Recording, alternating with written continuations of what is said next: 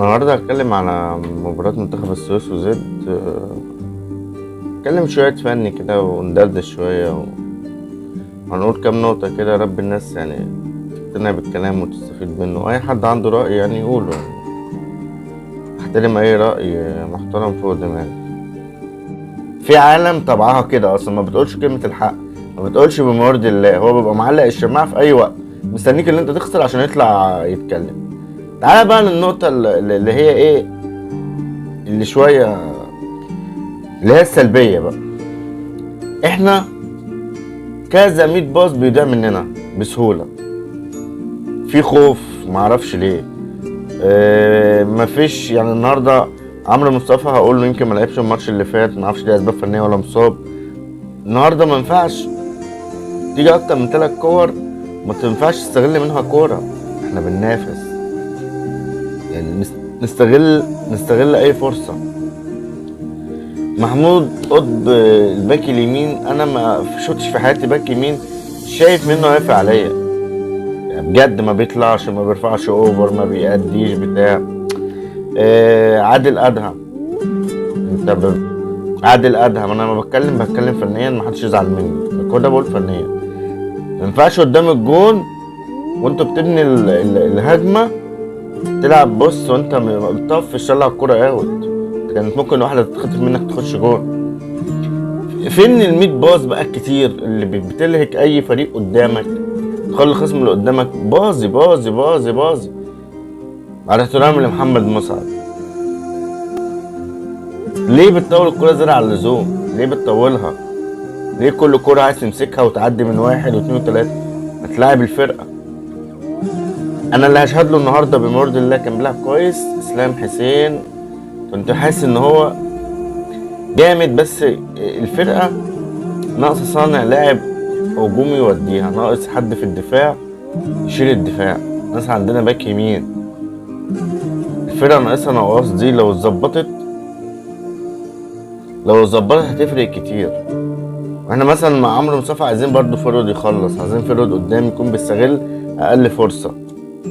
هو في حد كان اسمه حسام بركات، اتفرجت له على فيديوهات لما جه المنتخب ما بيلعبش، انا مش عارف ليه طول الوقت بره السكور وطول الوقت مش بيلعب ولا بينزل ولا بتاع. هو ماله؟ طيب في حاجه اسباب فنيه دي؟ طيب لو اتكلمنا على ياسر الجنين النهارده في تشكيله بصراحه عمل اللي عليه، كان واقف على الخط وكان بيزعق، ما هو مش هينزل يلعب كابتن ياسر. بس هو في حاجه لما بيجي يغير، لما بيكون متاخرين التغييرات العشوائي دي ونزل وطلع وبتاع، ده عمرك ما انت ترجع للنتيجه. بتعمل تغييرات تبقى عقل شويه، ان انت يعني حاجه تبقى مفهومه، انسجام ولا الفريق ولا اللعيبه زي ما كانت بادئه المباراه. هو ايه اللي حصل؟ انا مش فاهم. ويا ريت مش ايه لاعب يزعل من كلامي، انا بتكلم فنيا. انت لو عايز تزعل بقى براحتك، انا بتكلم ان انا قصدي ان اللعيبه دي انتوا مقصرين في حق النادي وفي حق نفسكم. يعني اي لاعب مش كتير بالنادي او بفلانة منتخب السويس خلاص مع السلامه، ممكن تروح نادي تاني انت على قد امكانياتك زي ما بيقولوا، عشان حرام احنا مشينا في ناس مشيت كتير كانت تستحق انها تفضل في النادي. موجوده لعيبه ما تستحقش انها تلبس تيشيرت المنتخب بصراحه. يعني الفلان اعلى منكم بجد والله. منتخب السويس ده تاريخ برضه، تاريخ اللي ما يعرفش منتخب السويس وما سمعش عنه قبل كده. يا رب اللعيبه تركز، عشان ما ينفعش بعد كده تفرط في اي مباراه. لو احنا بنقول الفرقه محتاجه، لازم من دلوقتي مجلس الاداره يجهز بقى، يجيب لعيبه تقيله، يجيب 3 4 5 صفقات كده يفرقوا معانا مع اللعيبه الموجوده الرجاله. بامانه في لعيبه بتموت نفسها، بس مع النقص العددي مش كل اللعيبه زي بعض. لو كل اللعيبه بتلعب بنفس الروح كان الماتش ده كسبناه. انا واحد من الناس مش شايف زد فرقه قويه، هي خطفتنا بالجونين. عملت ايه اصلا؟ ما احنا عملنا جالنا كذا فاول وكذا كوره والعمرو مصطفى جاله 3 كور حرام يعني، كانت كوره بس لو استغلتها من ال3 دول انت هداف الفرقه. مش عارف، انا بحس ان احنا بنلعب بره كده، بحس ان بنخاف معرفش من ايه. كان معاكم جمهور حتى لو 10 والله بالاستاد كله فيها صوتهم اللي كان طالع.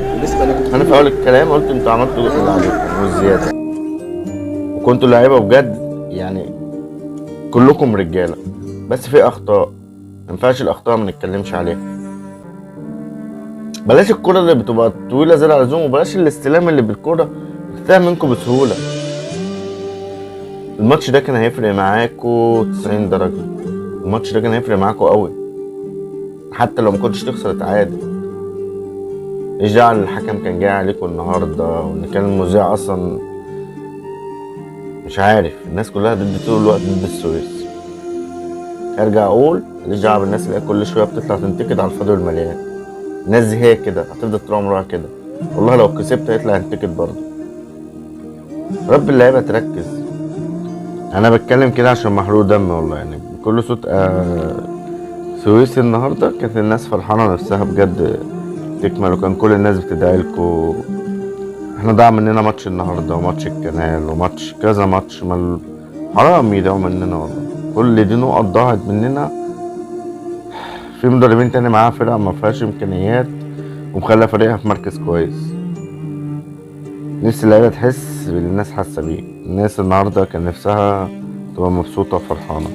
كان هيفرق معانا جامد النهارده. التلات نقط دول بالذات كانوا هيفرقوا بجد. يعني هو زد الاول مؤقتا، يعني لحد ما ماتش الكنال بكره يتلعب. انت لو على الاقل النهارده كنت عديت 20 بونت، يعني كنت هتبقى كويس في الرابع في الخامس، يبقى فرق ماتشين.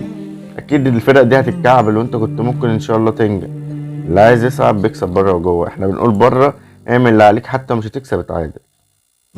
معلش هارد لك ومتشجع في ماتشين فاضلين. لازم 6 نقط. لازم تفنش ب6 نقط دول. تفنش ب6 نقط دول هيفرقوا معاك، والدور التاني حلال. بس لازم انت من دلوقتي تجيب اللعيبه. 3-4 صفقات لازم يجوا. لازم على الاقل لازم من دلوقتي تفكروا في الصفقات من دلوقتي. لازم مجلس الاداره يطلع يتحرك، جيب 4-5 صفقات. يعني لازم نجيب لعيبه بجد تفرق مع اللعيبه اللي موجوده. احنا ما عندناش حرفيا الدكه نصها ضعيف.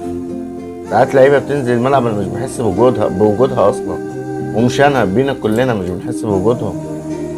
تحس الاساسيين غير الاحتياطي خالص. والله يا احنا بنحب الفل النادي، واحنا قلنا في بدايه الكلام ان انتوا لعبتوا رجاله وكنتوا 10/10، بس احنا بنتكلم فني ان الفرقه لازم كده تركز. انا بتكلم من قهر. يعني حرام ماتش زي النهارده ده مننا والله العظيم. احنا كنا اولى بالثلاث نقط بتوع النهارده، والثلاث نقط بتوع الكنال برضه.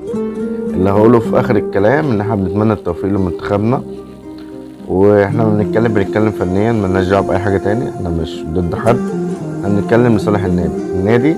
لازم دلوقتي يا جماعه تبداوا تجيبوا لعيبه كويسه للنادي، لعيبه تكون عايز تصعد، لعيبه تكون عندها روح. يعني هو واحد زي محمد سمير ده، شوفوا عنده كام سنه، حاسس ان هو شايل دفاع الزد كله طول الماتش. كل كرة عرضية محمد سمير. انا لحد ما غلبت قلت هو محمد سمير ده لعيب صغير؟ طلع محمد سمير اللي كان في الاهلي وفي المقاولين اللي اصلا يعني لو يلا قدر الله مش هيفعل، والجاي احسن.